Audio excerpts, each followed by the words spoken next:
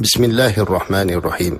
الحمد لله رب العالمين، والصلاة والسلام على أشرف المرسلين وعلى آله وأصحابه أجمعين. أما بعد، السلام عليكم ورحمة الله وبركاته. محترم azizlar, Alloh haq azza va jalla ushbu Ramazon oyida tutayotgan ro'zalarimizni Alloh o'zi qabul qilsin. Musofirligi sabablimi, bemorligi, keksaligi sababli ro'za tuta olmayotgan azizlarimizni Alloh haq azza va jalla safarlardan qaytib ro'zalarni qazosini tutishlikka, bemorlarimizga esa shifo berib, tez kunda sog'ayib ketib, ushbu qazo ro'zalarini tutib olishlikka imkoniyatlarini ato qilsin.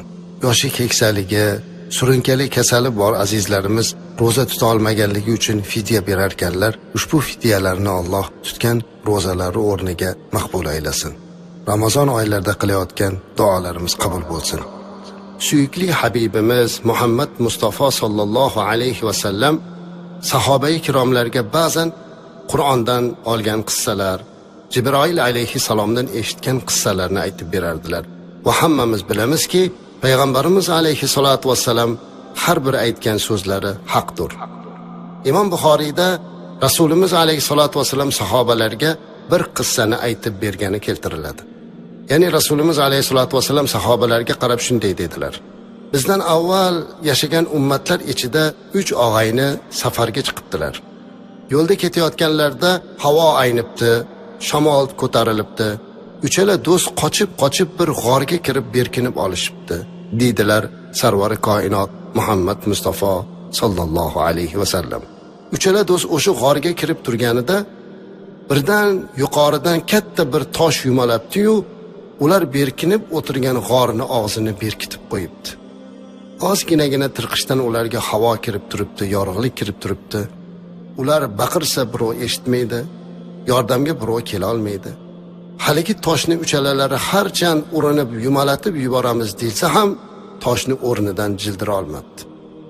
Azizlar, odatda mana shunaqa holatga tushganda inson nima qiladi bilasizmi? Duo qiladi. Boshqa chorasi yo'q. Boshimizga musibat tushganda biz Allohni eslaymiz-da. Qiyinchilikka qolganimizda Alloh deymiz.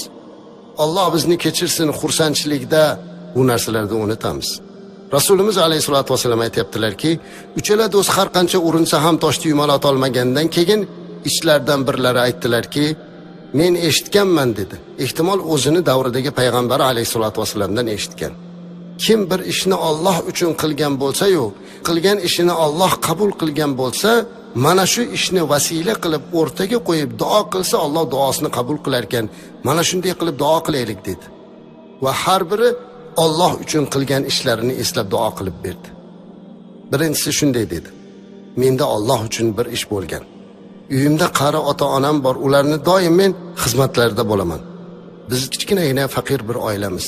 Har kuni men sog'in hayvonimiz bor, o'sha hayvonni sog'ib sutini olib kirib, shuni ota-onamga beraman.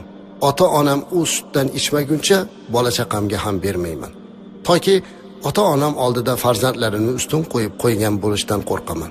Bir kuni o'zimni ishlarim bilan ovora bo'libman, qaytib sutni sog'ib kirsam, otam bilan onam uxlab qolibdilar. Ularni oldiga kelib chaqirsam eshitmadilar. Uyg'otgani xijolat bo'ldim-da, qo'limda haligi sutni ushlab, ularni uyg'onishini kutib o'tirdim. Bir bolam o'rmalab kelib oyoqlarim orasida o'ralashib yig'lay boshladi. Menga tirnashib yig'ladi. Ammo men bolamga har qancha mehrim bo'lib tursa ham unga sutni bermadimki, avval ota-onam ichsin, keyin beray dedim.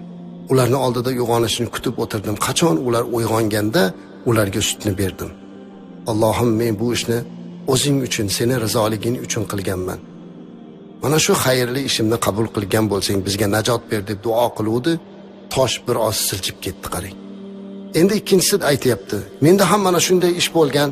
Men bir mardikorni uyimga olib kelib ishlatganman. Unga har kuni haq berishlikni kelishganman. Har kuni haqqini olib ketgan va eng oxirgi kunga haqqini olmasdan ketib qolgan. Men esdan chiqdi dedimda, unga bir hayvon sotib olib qo'ydim. Kunlar o'tdi, oylar o'tdi. Uni hayvoni ko'payib bir qo'ra bo'ldi. Bir kuni eshigim taqilladi, ochsam o'sha odam turibdi. Esingizda bo'lsa, meni bir kunlik haqqim qolib ketgan ekan dedi. Men unga bara bu dalaga bor, u yerdagi tuyayu qo'ylar, hamma hayvonlar seni bir kunlik haqqing dedim. U menga qarab, masxara qilmang, ustimdan kulmang dedi. Allohga qasamki, men senga masxara qilayotganim yo'q. U seni bir kunlik haqqing o'zi ko'paydi, ol dedim. U olib ketdi. Robbim, men buni seni roziliging uchun qildim. Agar qabul qilgan bo'lsang bizga najot ber dedi. Tosh yana siljidi. Uchinchi do'stga navbat keldi. U aytdi: mening amakimni bir qizi bor edi. Uni hamma yaxshi ko'rardi. Go'zallikda tengi yo'q qiz edi. Men ham unga oshiq bo'lib o'g'irlab qochib ketib qoldim. Bir joyga berkitib qo'ydim. Uni oldiga kirganimda u menga qarab, ittaqi minalloh ya ibn ammi, ey amakimni bolasi, Allohdan qo'rq dedi. Menga benikoh mahr bermasdan turib, meni haqqimni ado qilmasdan turib menga yaqinlashma dedi. Men Allohdan qo'rqib ketdim va u qizni qaytarib oldim. Allohga qasamki, men buni faqatgina Allohdan qo'rqqanligim uchun qildim. Robbim, bu ishimni qabul qilgan bo'lsang, bizga najot ber dedi. Va tosh yumalab ketdi. Bu qissa turli holatlarda, har xil rivoyatlarda kelgan. Azizlar, bundan o'zimizga kerakli xulosani olaylik. 3 ta yaxshi amal, uchalasi ham qiyin mahalda duoni qabul bo'lishiga sabab bo'ldi. Biri ota-onani rozi qilish, ikkinchisi birovning haqqidan qo'rqish, uchinchisi zinodan qochish. Mana shu uchala do'stdan qaysi biri biz bo'lib qolganimizda nimani aytib duo qilar edik azizlar? Qaysi qilgan ishimizni Alloh uchun deb duo qila olar edik? Agar bunday narsa topa olmasak, keling, Alloh uchun savob ishlarni qilaylik-da, duo qilayotganimizda u ishlarni o'rtaga qo'yib, vasila qilib Allohdan so'rab, undan foydalanishlikni Alloh bizga